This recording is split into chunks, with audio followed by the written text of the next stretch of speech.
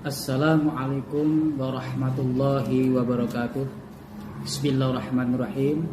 Alhamdulillahirabbil alamin.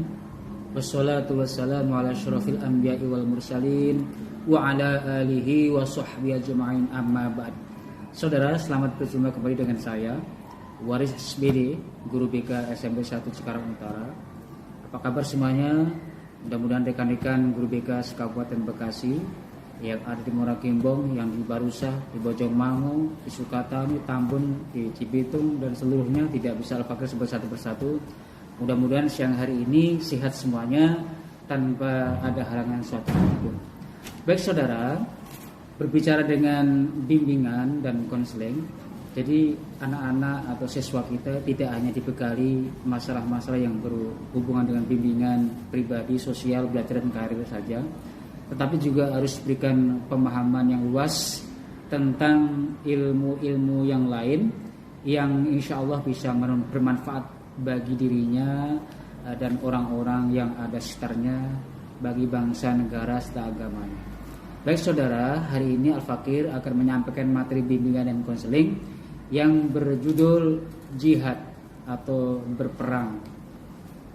Pengertian jihad di sini bukan berarti perang real di medan pertempuran, tetapi pengertian jihad secara luas yakni bisa jihad atau berperang melawan kebodohan dengan menuntut ilmu setiap hari hadir di sekolah. Itu berarti anak-anak sudah berjihad untuk melawan kebodohan atau berjihad menuntut ilmu. Dengan berjihad menuntut ilmu, insya Allah kebodohan akan dikalahkan, akan tersingkirkan dari anak-anak semuanya. Kemudian berikutnya Al-Fakir akan memberikan pengertian pemahaman kepada anak-anak tentang jihad yang sebenarnya. Tidak hanya jihad secara ilmu pengetahuan memberantas kebodohan, tapi juga anak-anak harus kita perkenalkan jihad, bagaimana jihad di medan pertempuran yang sesungguhnya. Baik saudaraku, guru-guru BK, teman-teman seperjuangan di Kabupaten Bekasi yang saya banggakan. Jadi jihad ini ada dua hukumnya. Menurut kitab Fathul Qorib ada dua hukumnya. Yang pertama, jihad itu dalam konteks fardu kifayah. Jadi fardu kifayah dalam konteks jihad ini adalah apabila orang yang memusuhi Islam, orang yang menganiaya Islam itu berada di negara orang kafir. Misalnya taruh contoh di negara orang lain, negara tetangga. Kemudian ada sekelompok kita orang Islam kemudian datang ke saya berlima, bersepuluh atau berapapun, ketika dia jihad untuk membantu saudara kita yang sedang dianiaya dengan orang lain, maka fardu kifayah sudah terlaksana, sehingga penduduk muslim yang ada di Indonesia yang begitu banyak itu sudah tidak dosa karena sudah diwakili beberapa orang yang berangkat untuk membela saudara kita yang dianiaya di negara tetangga. Kemudian yang kedua, jihad ada yang hukumnya fardu ain. Bagaimana jihad hukumnya fardu ain? Fardu ain apabila orang kafir itu menyerang di negara kita. Kalau orang kafir sudah menyerang orang Islam di negara kita, maka kita wajib, setiap individu itu wajib jihad atau mengusir penjajah atau mengusir orang-orang kafir yang memusuhi Islam di negara kita supaya dia balik kembali ke negaranya sehingga kita mendapatkan kemenangan. Kemudian dalam jihad di sini kita jangan berpikir mati syahid atau bagaimana, tapi yang kita pikir harus menang. Kita jihad harus menang, mencapai kemenangan. Kalau mati syahid terbunuh itu aja bonus mati syahid. Baik, kemudian ada beberapa syarat yang disyaratkan untuk melakukan jihad. Yang pertama adalah Islam. Jadi di dalam jihad itu syaratnya pertama harus Islam. Jadi fala jihad ala kafirin, maka tidak ada jihad bagi orang-orang kafir.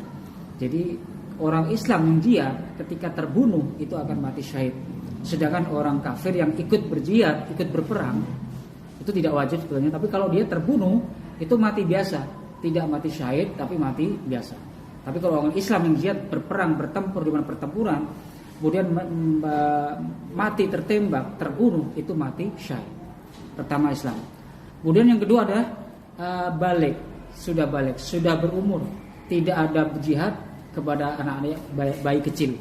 Fala jihad ala sobin, tidak ada jihad yang atase bocah. anak yang belum balik tidak kewajiban untuk jihad, harus dilindungi. Jadi tidak diwajibkan untuk melakukan pertempuran di medan pertempuran. Kemudian syarat jihad yang ketiga adalah berakal. Jadi fala jihad ala, tidak ada jihad bagi orang-orang gila atau orang yang tidak waras, orang yang tidak siap. Maka jihad syaratnya harus berakal. Kemudian yang keempat adalah al-hurriyatu, yaitu merdeka. Jadi tidak ada jihad bagi budak, walaupun disuruh tuannya, tapi budak itu tidak wajib untuk maju di medan pertempuran. Jadi tidak syaratnya harus merdeka. Budak tidak wajib untuk jihad. Kemudian yang kelima adalah ad-dzukuriyatu, yaitu lanang, orang laki-laki. Jadi syaratnya jihad atau berperang di medan pertempuran itu harus laki-laki. Perempuan dan wandu atau bencong atau banci tidak wajib untuk berjihad. Maka dari itu yang laki-laki itu wajib maju di medan pertempuran. Asalkan Islam, balik, berakal, kemudian merdeka, dan laki-laki semuanya wajib maju ke medan pertempuran. Kemudian yang keenam, syarat jihad adalah sehat. As-sihatu ya sehat. Maka fala jihad ala maridin, tidak ada jihad ing atase wong loro. Orang yang sakit tidak wajib ikut berperang di medan pertempuran. Sakit atau yang lain, misalkan kakinya buntung atau tangannya tugel satu, itu juga tidak menjadi syarat untuk ikut maju di medan pertempuran. Kemudian yang ketujuh adalah kuat al-qitali, kuat untuk berperang. Jadi fala jihad ala tu'i yadin. Jadi tidak ada jihad bagi orang yang misalkan buntung tangannya. Jadi harus kuat, orang yang maju di medan pertempuran harus punya badan dan fisik yang kuat. Kemudian di samping itu dia harus mempunyai perbekalan. Jadi orang yang berperang itu harus punya perbekalan yang cukup, seperti orang camping, bawa bekal, bawa peralatan persenjataan, atau kalau sekarang ada tank, ada rudal, ada jet tempur, ada pedang, golok, atau misalkan pemanah dan sebagainya. Itu persyaratan menjadi yang harus dipunyai bagi seorang yang ingin berjihad di medan pertempuran.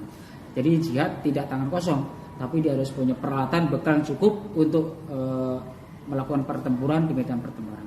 Baik saudara, itu yang dapat Al-Fakir sampaikan.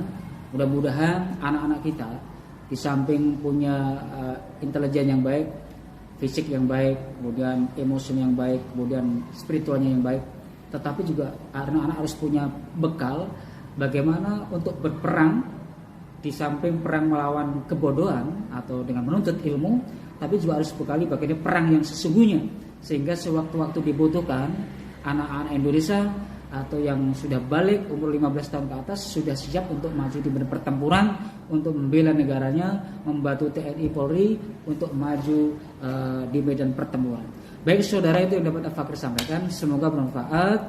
Mudah-mudahan anak-anak kita punya naluri jihad yang tinggi, terutama jihad untuk melawan kebodohan, jihad untuk menuntut ilmu, sehingga kebodohan akan terkalahkan yang ada pada dirinya masing-masing. Baik, terima kasih. Wassalamualaikum warahmatullahi wabarakatuh. Selamat siang. Semangat.